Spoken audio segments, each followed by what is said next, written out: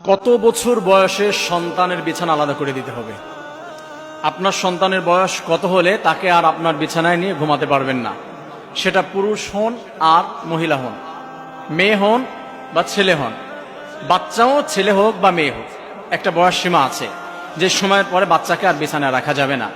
রাসূলুল্লাহ সাল্লাল্লাহু আলাইহি ওয়াসাল্লাম নিষেধ করে দিয়েছে যে এখন আর সন্তানকে তুমি বিছানায় রাখতে পারবে না। প্রিয় ভাইয়েরা, আমাদের সমাজে অনেক সময় দেখা যায় সন্তান বড় হয়ে গিয়েছে, বয়স হয়ে গিয়েছে 10 বছর, 12 বছর, 15 বছর, খুব বেশি আদর করে তো রাতের বেলা সন্তান ভয় পায় বা কান্না করে বা রাতের বেলা তার কোনো ক্ষতি হয় কিনা এই জন্য সন্তানকে নিয়ে ঘুমায়। নাউযুবিল্লাহি মিন যালিক।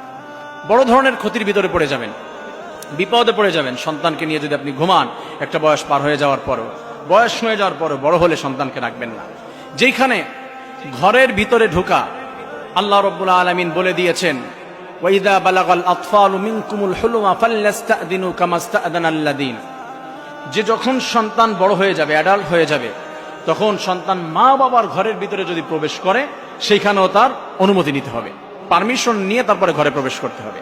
মা বাবার ঘরে প্রবেশের জন্য যদি তার পারমিশন নিতে হয়, তাহলে সেই মা বাবার সাথে কিভাবে সে ঘুমিয়ে থাকে? How is it possible? এটা কিভাবে সম্ভব? এটা তো হতে পারে না।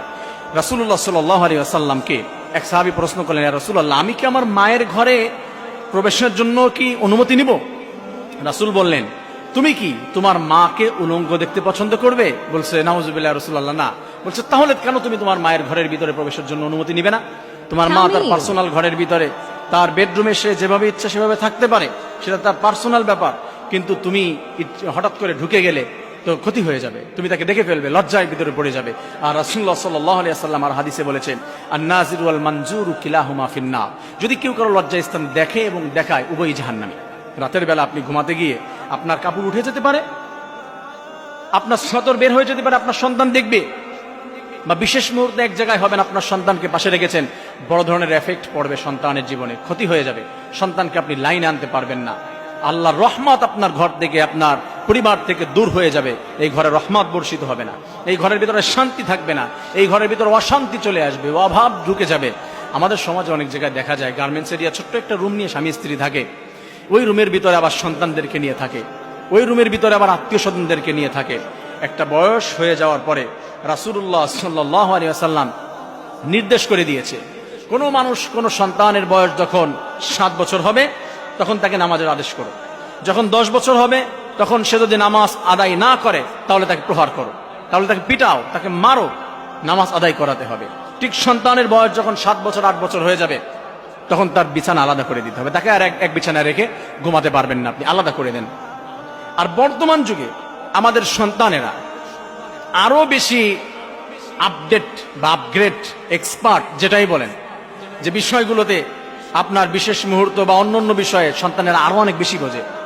এই যে মোবাইলটা আমাদের হাতে আসার পরে সন্তানেরা অনেক কিছু এখন বুঝে। এই সন্তান আপনি কাছে নিয়ে ঘুমাতে পারবেন না। যদি সন্তান আপনার 4 বছর হয়, অনেক কিছু বোঝে, ভালো মন্দ সে যাচাই বাছাই করতে পারে, বুঝে, এই সন্তানকে নিয়ে আপনি ঘুমাতে পারবেন না। প্রিয় ভাইয়েরা, প্রিয় বোনেরা, ভালো মতো খেয়াল রাখবেন, গুরুত্বপূর্ণ বিষয়।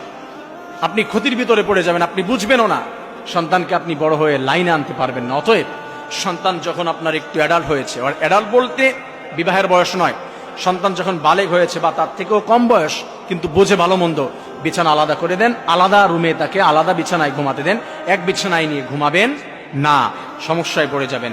আর যদি আপনি রাসূলের সুন্নাহ অনুযায়ী, হাদিস অনুযায়ী আপনি জীবন পরিচালনা করার চেষ্টা করেন, আপনার ঘরের ভিতরে রহমত, বরকত, ভালোবাসা দিয়ে আল্লাহ তাআলা ভরপুর করে দিবে। প্রিয় ভাইরা, আমরা জানলাম যে কত বছর বয়সে সন্তানের বিছানা আলাদা করে দিতে হবে। আল্লাহ তাআলা আমাদের সবাইকে এই হাদিসের উপরে আমল করার তৌফিক দান করুন। আমিন। আসসালামু আলাইকুম ওয়া রাহমাতুল্লাহ।